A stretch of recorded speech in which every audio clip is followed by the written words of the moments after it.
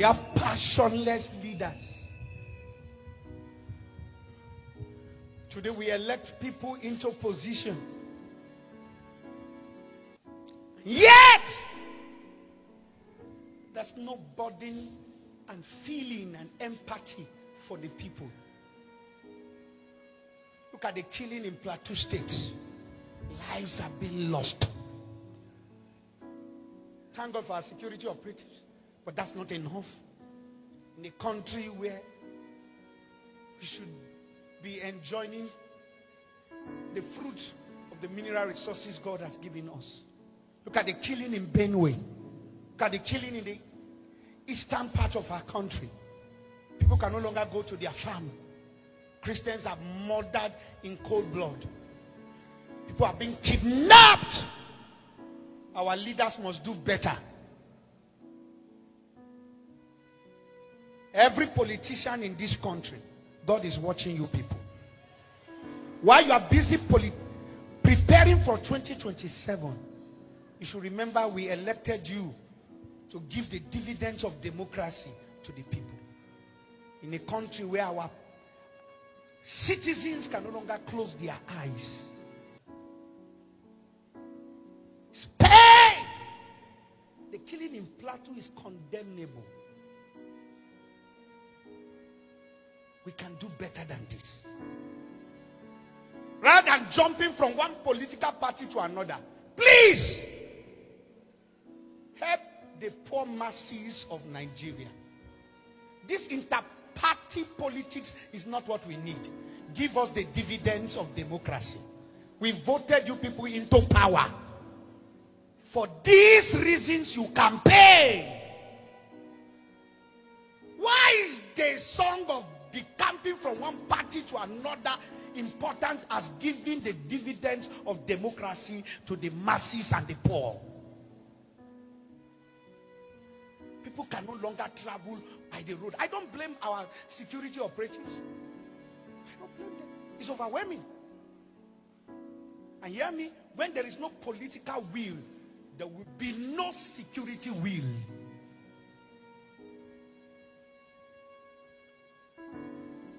Lord is going. The destiny of Nigeria is under threat.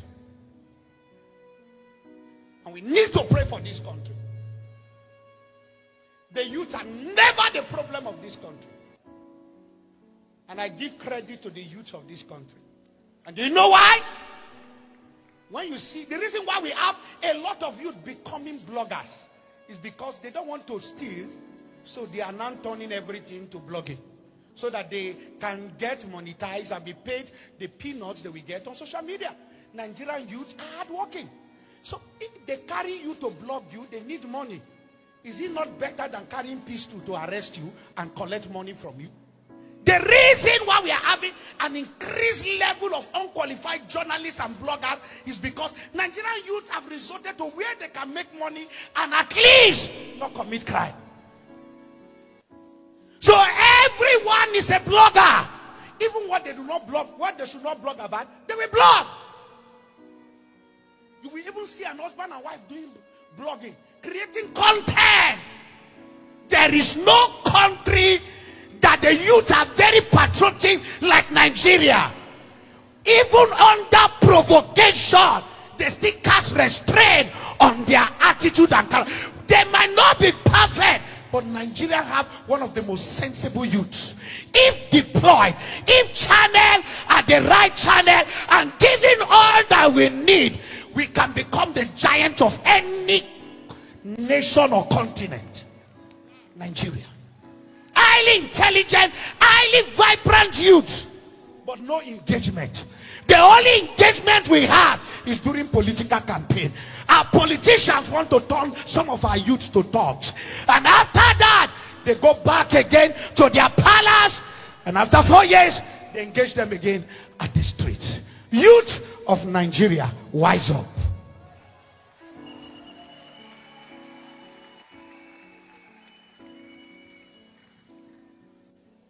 I believe in democracy. I believe in the government of the people, by the people, and for the people. But what is the excess of a system of government that does not deliver the purpose of its setup to the people. I frown at military takeover or coup. I frown at it. But a young man in Burkina Faso is just young. But look at what he is doing. You might call it any kind of system of government you want to call it. But look at the dividend of what is given to the country and the people. Set up the gold mine, set up even tomatoes factory, and internal industries have been built, housing facility going on. Yet he's a military personnel. Hear me, it is about the mentality and the will. So hear me, the system of government is important, but if the people in power are not willing to cause a change, we remain where we are.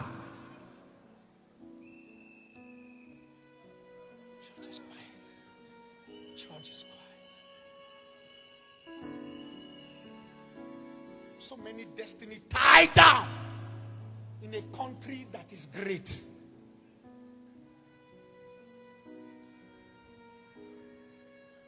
People are producing oil. They cannot have access to the oil. We have gold in one part of this country. They are using a helicopter to fly it from the center and go. Nobody is talking. But we can talk about the oil in the Niger Delta. But we will not talk about this one in that other place. The structure of Nigeria, until we decide to be realistic, until we make up our mind and say, okay, Yoruba, you have ruled. North, you have ruled. Igbo, come and try your best. If there is no justice, there is no one Nigeria. Well, what are you saying? It's only good for Yoruba, it's good for Hausa, it's not good for Igbo. I know some people will not be able to talk. Me, I will talk. I will talk the talk. I'm a Yoruba man. What is wrong in an Igbo man ruling this country? I'm not a tribal bigot, but I'm saying if Yoruba have tried, fine. Igbo have, Hausa have tried, fine. Give it to the person you are looking down. He uses the foolish things of this world to confirm the wisdom of the wise. Are we not one Nigeria? Sit down. The destiny of this country is tied down by the injustice we have in this country. Sit down. Church is quiet. You cannot be beating a baby and the baby is crying. You say, don't cry. How will the baby not cry? You are beating a baby and the baby is crying. And you are still pitching the baby. You say, don't cry. Baby, cry, oh, cry. If you don't cry, they will not hear you. Cry. And change your baby cry to adult cry. Cry. Cry. Don't use weapon. Cry. Cry. Cry. Cry. Cry. And the Bible said, I will cry unto the Lord, and he will hear my cry and answer me out of his holy sanctuary. Church is quiet. Am I helping you? Am I helping you? I'm a man of destiny. I'm going somewhere. Nobody will stop me. Nobody.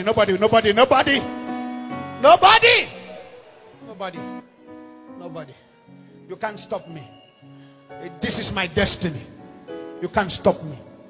Lock me in the prison, I will still come out. Because my destiny cannot end in the prison. Put me in the pit, I will still come out. Because my destiny is calling me from the pit. Lie against me, Potiphar wife, I will still come out. Take my coat of many color. You can take my coat, you can't take my destiny. I will still come out. I will come out. I help you, I interpret your dream. Forget me. One day the Lord will remember me.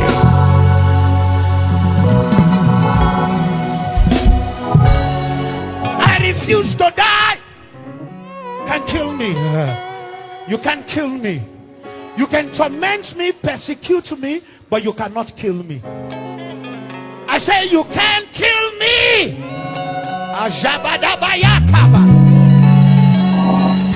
What a powerful declaration and eye-opening message from Prophet Joshua Iginla.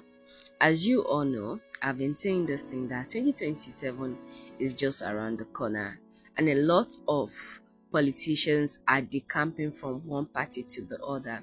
But this particular message is supposed to open your eye and let you know that God speaks and He stands, and men of God that stands for the truth will always come out to tell us what is right.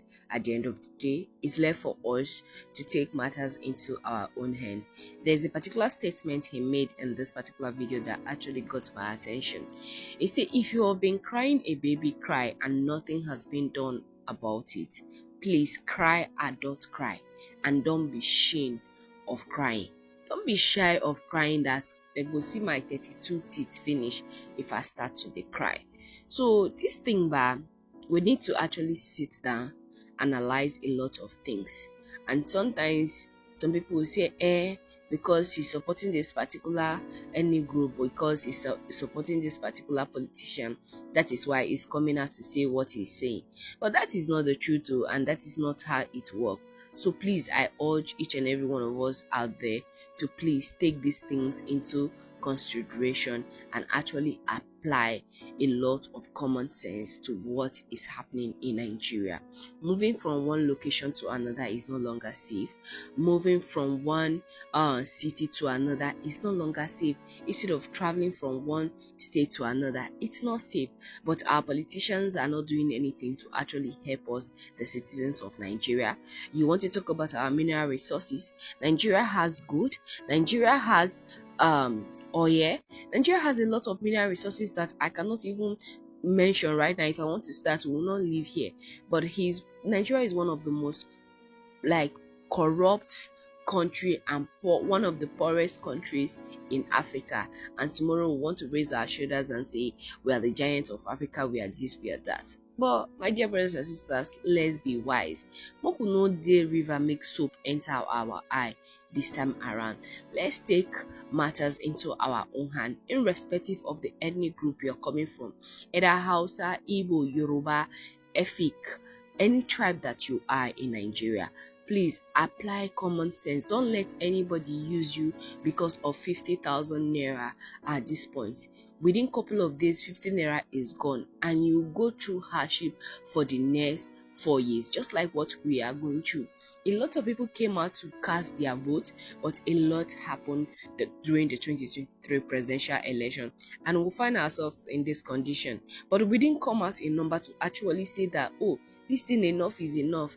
Baba said he was going to build a Nigeria just like the way he built Lagos State. I don't have any problem with anybody's vision or the way he wants to actually do his own thing. It's everybody with their mindset and goals and achievements at the end of the day. But when human beings' life are at stake, see, it pains me. It disorganized my well-being, my thinking faculty and everything. And that was what happened during the 2023 presidential election, and we are actually facing it right now. We are paying with our tears, we are paying with our sweat, we are paying with our lives at this point, and it is so bad that no politician is actually taking security reasons serious. A lot of states are not going to their farmland, and these people depend solely on farming to be able to carry their day-to-day activity, to be able to move, to be able to clothe, to be able to feed. It is farming. If they don't do that, who is going to feed them? And then Fulani herdsmen are there, bandits are there, kidnappers are there, and you look at things and you say, it's Nigeria is too big. How many can the security authority do? What can they do? They can do the one they can do and leave the rest for God Almighty. Let's pray and commit. See, give what belongs to Caesar and give what belongs to God to God. If you know that it is time to pray, you pray. If you know that it is time for men to watch over, let men watch over.